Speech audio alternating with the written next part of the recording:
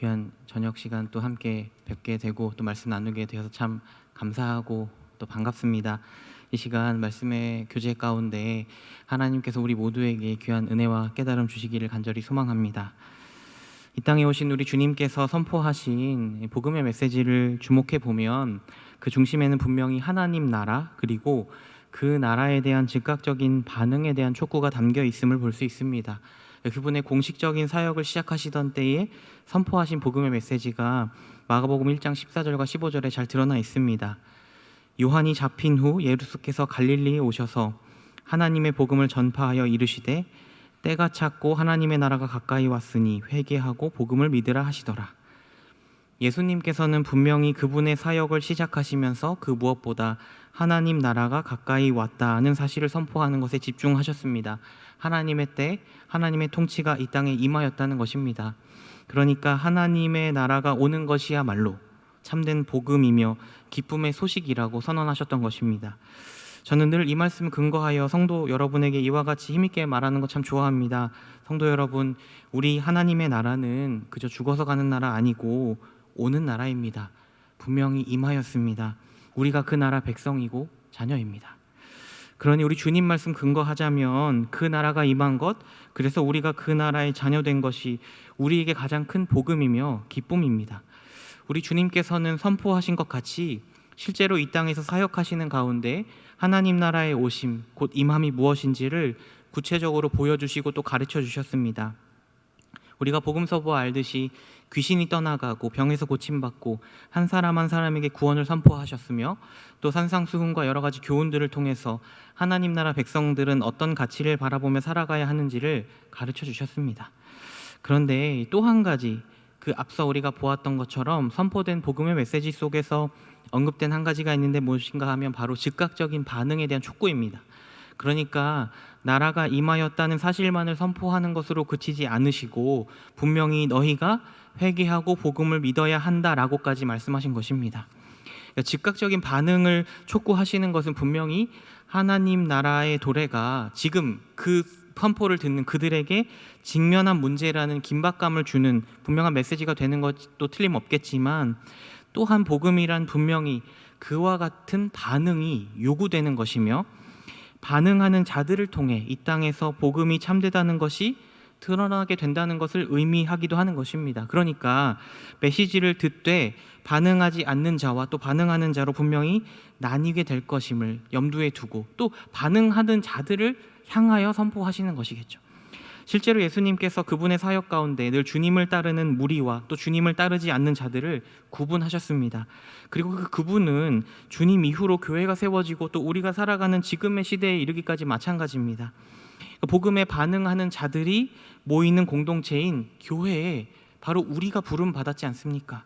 사도 바울은 교회의 비밀을 밝히 알리기를 우리가 잘 아는 디모데전서 말씀에서요, 그리스도 예수께서 죄인을 구원하시려고 세상에 임하셨다 하였도다, 그렇게 선언하는 것 우리가 잘 알지 않습니까?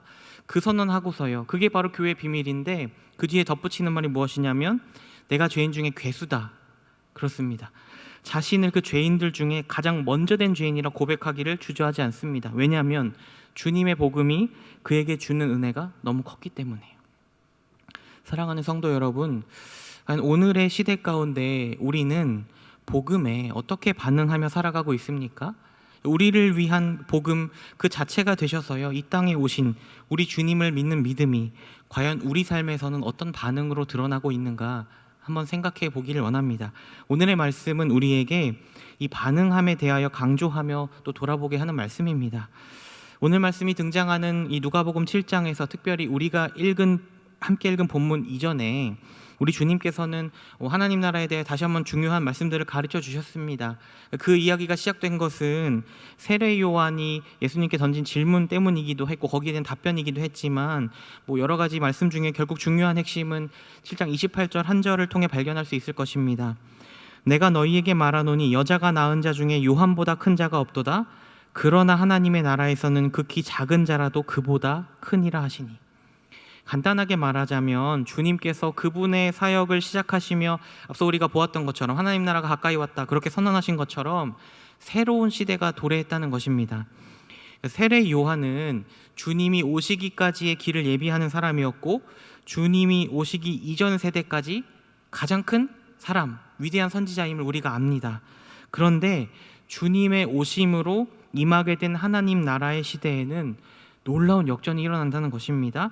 하나님 나라에 속한 사람 중에는 그렇게 큰 자라 일컬음 받은 세례 요한보다 작은 자가 없다고요. 그만큼 놀라운 시대적 변화가 일어났어요. 우리가 다 그렇다는 것이죠. 하나님 나라의 부르심이 우리에게 주는 확신이 그렇습니다. 우리 삶의 모양이 어떨지라도, 우리가 어떤 사람인지 전혀 상관없이 우리는 하나님 나라에서 가장 큰 존귀한 사람이라는 것, 분명히 그렇게 시대가 바뀌었다는 것 선언하고 계시는 것입니다. 그래서 복음이지 않겠습니까?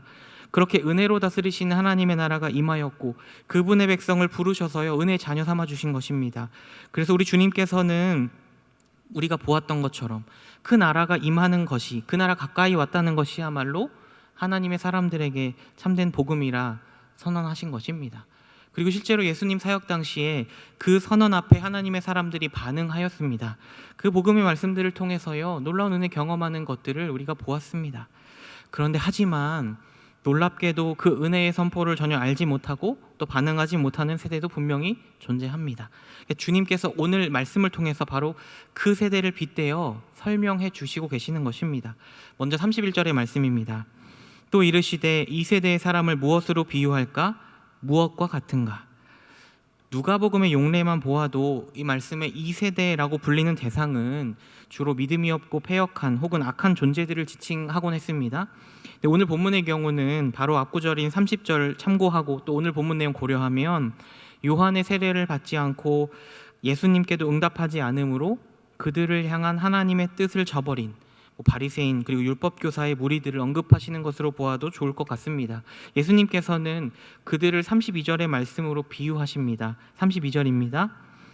비유하건대 아이들이 장터에 앉아 서로 불러 이르되 우리가 너희를 향하여 피리를 불어도 너희가 춤추지 않고 우리가 곡하여도 너희가 울지 아니하였다 함과 같도다.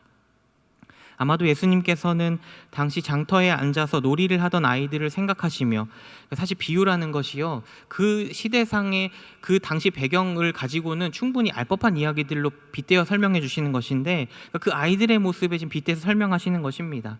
당시 장터에 앉아서 아이들이 하던 놀이라는 것은 결혼식 혹은 장례식을 떠올리면서 서로가 합을 맞추는 놀이였던 것 같습니다. 그러니까 결혼식을 흉내내자 그러면 아이들 한쪽 앉아서 한쪽에서 피리를 부는 역할을 맡은 아이가 그것을 시작하면 이제 반대쪽 아이들이 막 일어나서 잔치집처럼 춤을 막 추는 거죠. 또 장례식을 생각나게 하는 장면을 흉내내려고 할 때는 한쪽에서 장례식에 있을 법한 사람들, 그러니까 곡소리를 내는 한 역할을 맡으면 반대편 아이들은 통곡하며 우는 모양을 흉내내서 장례식의 어떤 풍경을 완성하는 식의 놀이인 것입니다. 그런데 지금 이 32절의 말씀은 어떤 상황을 말하는 것이냐면 이 놀이가 원활하게 이루어지지 않았고 불평이 흘러나온 것입니다. 한쪽 아이들이 먼저 피리 부는 역할을 맡았는데 거기에 맞는 반응이 나오지 않고 또 곡소리를 내었는데도 거기에 적절한 반응이 나오지 않았다는 것입니다. 예수님 당시의 그 문화적 배경을 연구하는 학자의 그 연구를 따르면 이 놀이들은요, 그러니까 이제 각각 결혼식 흉내내는 건 남자 아이들이 즐겨했던 놀이고 장례식 흉내내는 건 여자 아이들이 즐겨했던 역할 놀이였는데 이 본문의 상황은 생각보다 그냥 서로 안 맞았나 보다가 아니라 얄미운 장면일 수 있다 이렇게 밝혀주더라고요. 그러니까 예를 들어서 예수님께서 당시 놀이를 아주 적절하게 설명하실 때도 32절 보면은 그들이 장터에 앉아서 시작하는 놀이를 하고 있는 것으로 묘사를 해주시는데, 그러니까 여느 한쪽의 아이들이 먼저 앉아서 피리를 부는 거죠. 그러니까 앉아서 할 수 있는 편안한 역할을 맡아버리고는 다른 친구들을 조금 더 힘든 역에 몰아 넣으려고 하는 그런 장면을 연상할 수 있다는 것입니다. 그런데 먼저 앉아서 피리를 불어놓고 너희 춤춰 이건데 자기들의 주도권과 통제를 따르지 않으니 상대방 아이들을 향해 비난을 퍼붓는 그런 모습, 그것을 연상케 하는 이야기를 하시는 것입니다. 그 이야기를 하심으로 이 세대라고 예수님께서 말씀하시는 사람들이 바로 그 아이들과 같다는 것입니다. 이 세대, 곧 하나님의 뜻을 저버리는 너희들은 자기들의 피리 소리에 맞춰서 춤추지 않는다고 곁에 있는 친구들에게 흥을 깨트리는 놈들이라고 비난해 버리고 마는 그렇게 주도권을 가지는 것을 좋아하는 아이들과 같다, 이렇게 말씀하시더라는 것입니다. 그래서 33절과 34절에 그 의미들을 설명해 주고 계십니다. 세례 요한이 와서 떡도 먹지 아니하며 포도주도 마시지 아니하매 너희 말이 귀신이 들렸다 하더니 인자는 와서 먹고 마시매 너희 말이 보라 먹기를 탐하고 포도주를 즐기는 사람이요 세리와 죄인의 친구로다 하니. 그렇습니다. 하나님께서 그분의 뜻을 알리시고자 보내신 세례 요한이 금식하며 하나님의 뜻을 그들 앞에 드러냈는데 그들은 오히려 흥을 깨뜨리는 귀신 들린 사람이라고 비난하고, 예수님 오셔서는 먹고 마시며 하나님 나라의 뜻을 알리셨는데 그들은 예수님을 탐욕을 추구하며 죄인을 버타는 사람이라고 비난하였다는 것이죠.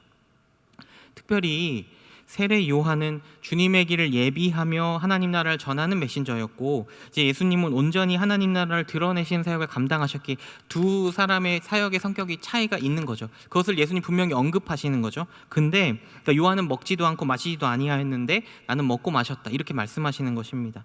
그러니까 이렇게 오히려 상반된 메시지가 그들에게 전해졌다는 것을 말씀하시는 것은 분명한 강조입니다. 뭐냐면 이 세대를 향해서 오히려 상반된 메시지가 전해진 것이야말로 그들에 대해서 강력한 증거가 된다는 것입니다. 그러니까 어떤 메시지가 와도, 먹고 마시지 않더라도 먹고 마셔도 그들은 거절하고 불평하는 자들이라는 것을 분명하게 드러내고 계시는 것입니다. 그리고 또한 덧붙여 이렇게 말씀하십니다. 35절입니다. 지혜는 자기의 모든 자녀로 인하여 옳다함을 얻느니라.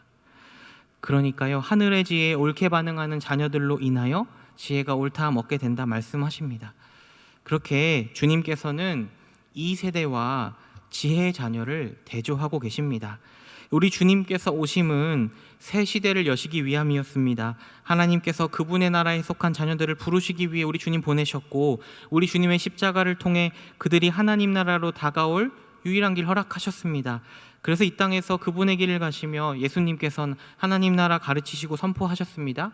그런데 이 세대는 전혀 반응하지 않았습니다. 그리고 오직 지혜의 자녀들만 복음에 옳게 반응합니다. 그 상황을 오늘 비유를 통해 분명히 대조하며 말씀하시는 것이죠. 오늘 이 말씀이 우리에게 중요한 것은 우리 주님이 말씀하시는 복음이 선포되던 당시의 그 시대 상황과 사실은 우리가 살아가는 지금이 크게 다르지 않기 때문입니다. 오늘도 여전히 이 세대라 불리울 만한 사람들은 주님의 복음에 반응하지 않으며 하나님의 뜻을 저버릴 것입니다. 여전히 장터에 앉아 불평하는 세대와 크게 다를 바가 없이 하나님이 만드신 세상을 살아갈 것입니다. 그리고 오늘도 여전히 지혜의 자녀인 주님의 교회는 복음에 옳게 반응함으로 그것이 지혜라는 것을 증거하는 존재로 이 땅을 살아가고 있는 것입니다.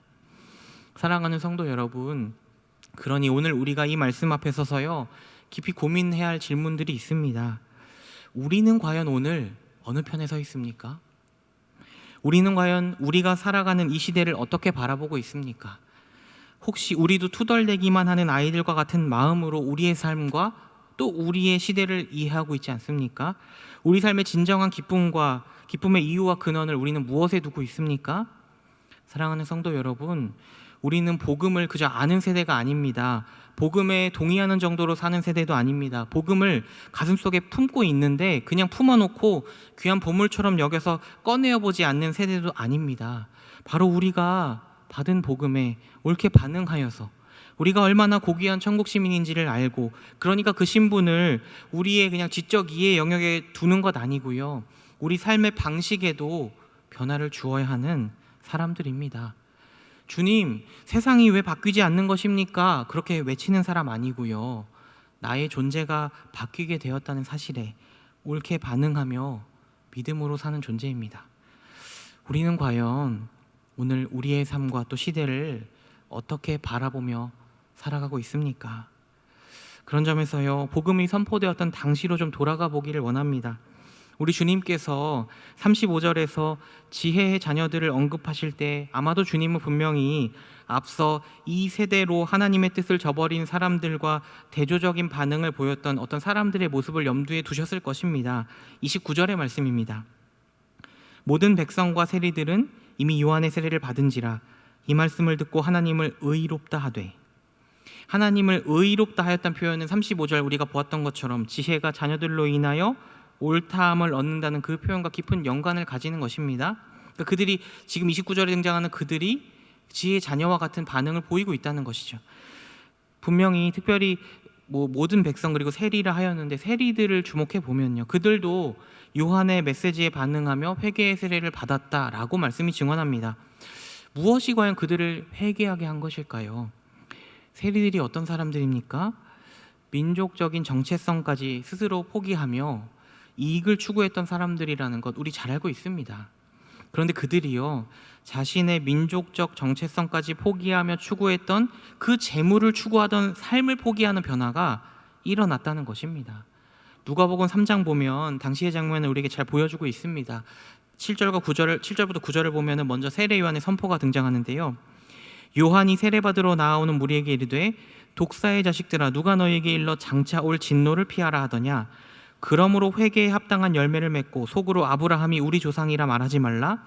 내가 너희에게 이르노니 하나님이 능히 이 돌들로도 아브라함의 자손이 되게 하시리라. 이미 도끼가 나무 뿌리에 놓였으니 좋은 열매 맺지 아니하는 나무마다 찍혀 불에 던져지리라.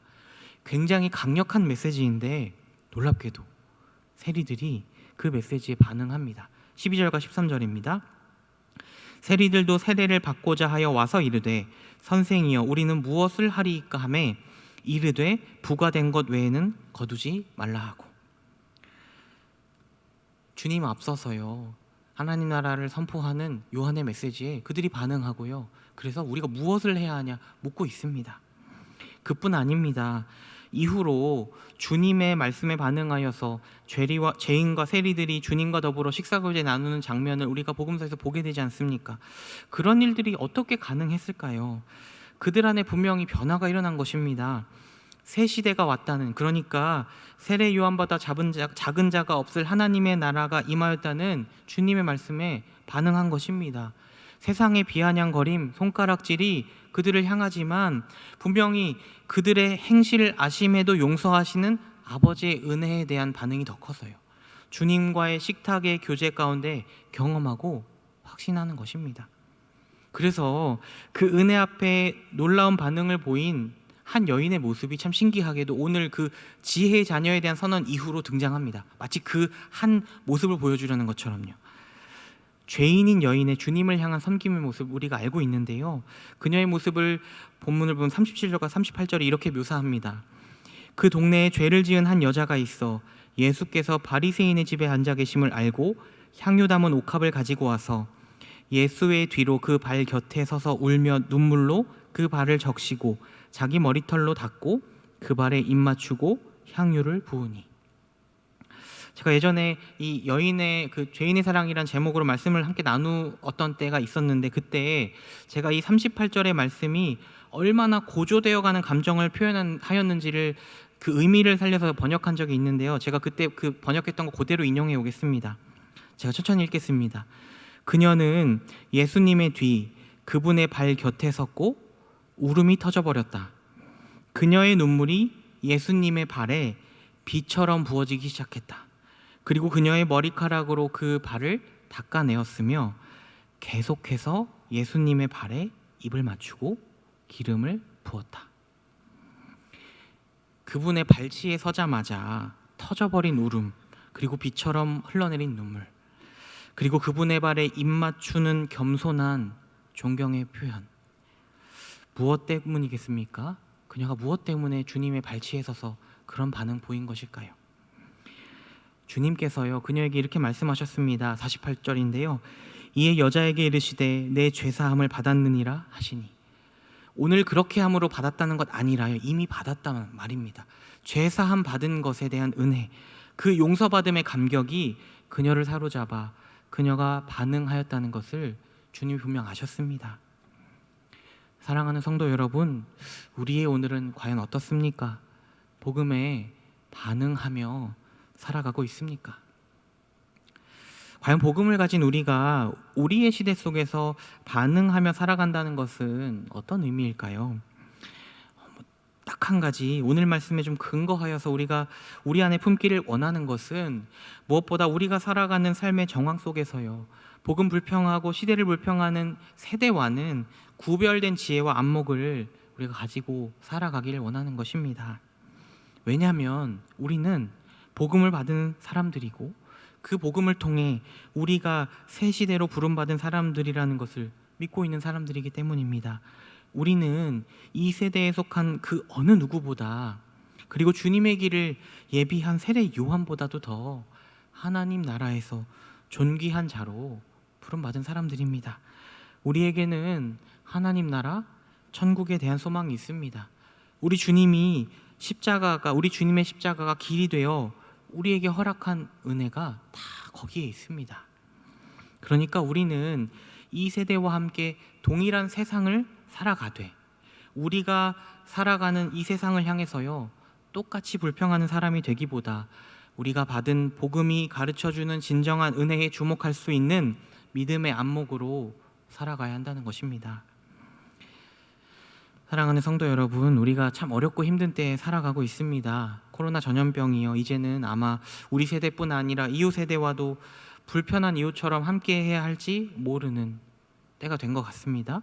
국제 정세의 불안정이 우리나라에도 직접적인 영향 끼치고, 물가 이런 현실적인 삶의 문제에도 참 우리가 어려움 실감하게 됩니다. 이 세상 누구라도 사실은 염려와 탄식을 내뱉을 수밖에 없는 조금은 괴로운 시대를 우리가 살아가고 있는 것 같습니다. 그런데 우리 주님이 오셔서 하나님 나라의 복음을 선포하셨던 그때는 과연 어땠을까요? 고대를 연구하는 학자가요, 아마도 주님 당시에 일반적인 삶을 살아갔던 사람들의 모습을 예상하여 이렇게 묘사한 내용이 있어서 좀 인용하려고 합니다. 건물의 작은 침실은 어둡고 냄새나고 자주 축축하며 항상 더러웠다.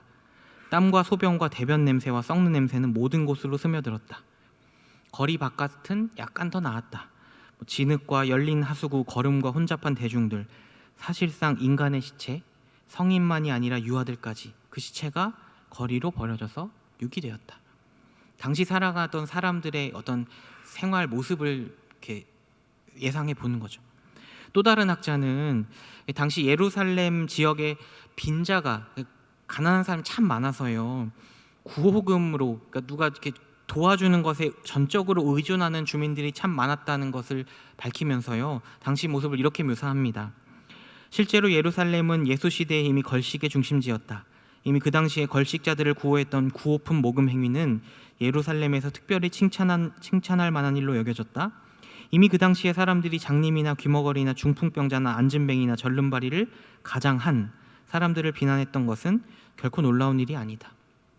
이외에도 자기 삶을 포기하고 구호품에 의존한 게으름뱅이들도 참 많았다라고 증언하기도 합니다.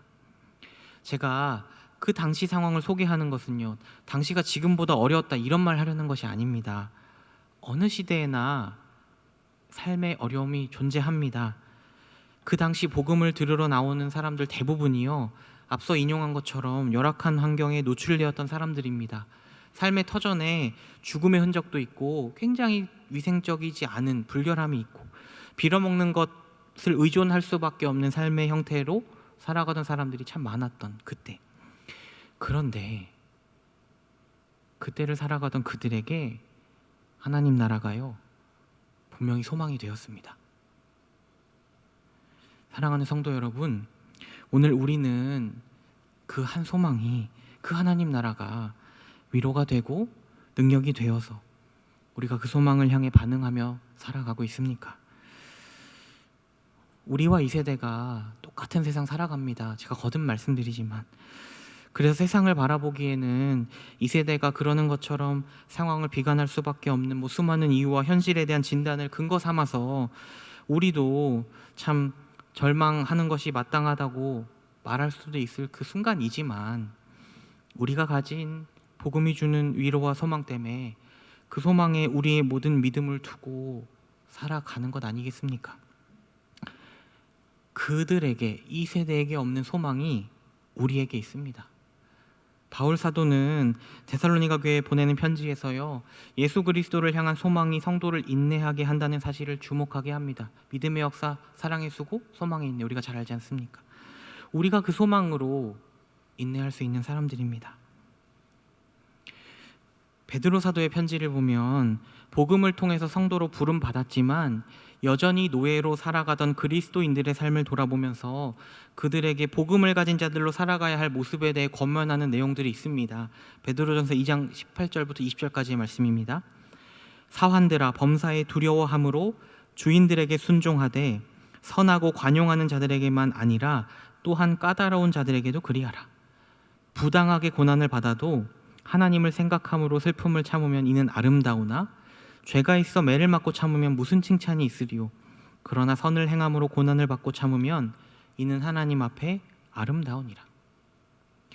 노예로 살아가던 사람들은 일반적으로 부당한 대우를 받을 가능성이 많았고, 실제로 그들은 존재로서의 어떤 대접을 받기보다는 소유로 취급됐던 사람들입니다. 근데 그런 그들에게 복음이 전해졌습니다. 복음이 그들에게 무엇이라고 알려주었겠습니까? 너희가 정말 하나님 나라의 큰 자다, 존귀한 자다, 그렇게 알려줬을 것입니다. 근데 그 복음을 믿었던 그들의 삶은 여전히 노예였습니다. 현실상으로 달라진 것이 없었습니다. 여전히 부당한 고난과 괴로움이 삶에 있습니다. 그런 그들에게 사도가 권면하는 것입니다. 여전히 부당한 현실에 있을지라도 하나님을 생각함으로 슬픔을 참으면 그것이 하나님 앞에 아름답다. 거기다 사도가 뒤이어 하는 권면이 이것입니다. 21절입니다. 이를 위하여 너희가 부르심을 받았으니 그리스도도 너희를 위하여 고난을 받으사 너희에게 본을 끼쳐 그 자취를 따라오게 하려 하셨느니라. 이를 위하여 너희가 부르심을 받았다. 가벼운 생각으론 이 말 참 무책임한 것처럼 그렇게 느껴질 수도 있겠습니다. 그런데 정말로 깊은 위로를 전하는 권면입니다. 노예된 그들만 고난에 놓이는 것이 아닙니다. 사실은 모든 그리스도인들이 당시에 다 고난의 위험에 놓여 있습니다.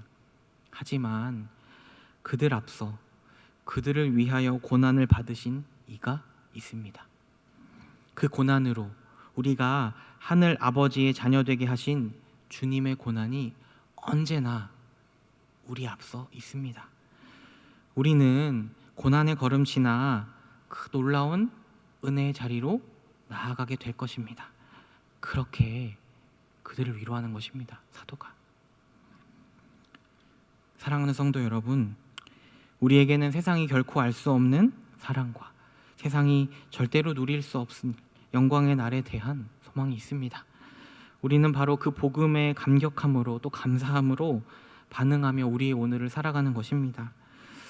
그러니 사랑하는 성도 여러분, 우리가 세상을 보며 가슴 아파해야 할 일들은 이런 것들이어야 하지 않겠습니까?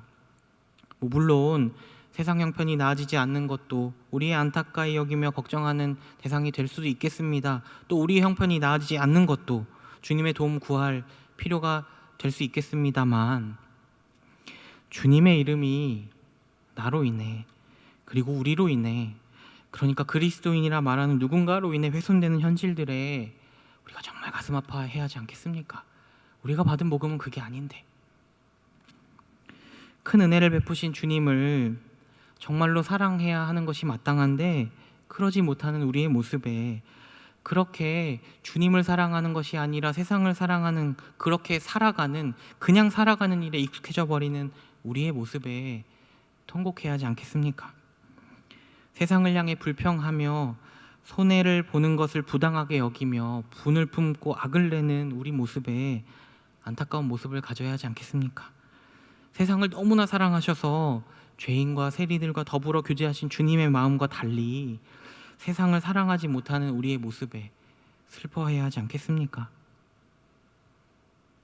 결국 우리가 삶을 통해 드러내는 반응을 통해서 우리 내면 속 자리 잡은 중심이 그대로 드러나게 될 것입니다.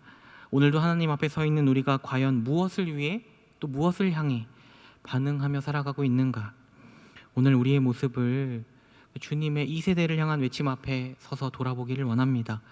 그리고 바라기는 세상 앞에 소망이 있다는 것을 보여줄 수 있고 그리스도의 사랑이 있다는 것도 보여줄 수 있으며, 아무리 손해를 봐도 빼앗길 수 없는 은혜가 내게 있다는 것을 보여줄 수 있는 삶이 되기 위해서 과연 내가 오늘 무엇을 할 수 있는가, 내 삶에 대해서 구체적으로 고민하기를 원합니다. 그렇게 지혜의 자녀로 세상을 향해 하나님의 의로우심을 증거하는 우리가 되기를 간절하게 소망합니다. 말씀을 정리하고 마치겠습니다. 사랑하는 성도 여러분, 우리 주님은 우리가 반응하도록 복음을 선포하시고 또 친히 우리를 위한 복음이 되어 주셨습니다. 그 십자가 사랑에 반응하고 그 십자가를 통해 하나님 나라의 존귀한 자로 불러주심에 반응하며 우리 주님의 뒤를 따르도록 우리를 부르셨습니다. 한 사도는, 우리가 잘 아는 사도 바울은 주님 만난 이후로 이런 고백 우리에게 남겼습니다. 내가 그리스도와 함께 십자가에 못 박혔나니 그런즉 이제는 내가 사는 것이 아니요 오직 내 안에 그리스도께서 사시는 것이라. 오늘 우리가 가슴 아파하는 것은 무엇입니까? 또 오늘 우리가 위로를 얻는 대상은 무엇입니까? 오늘 우리가 삶의 목적 삼는 것은 무엇입니까? 주님 앞에 서는 그날까지 끊임없이 복음을 믿는 믿음으로 반응하며 살아가는 저와 여러분 되기를 간절히 소망합니다. 기도하겠습니다.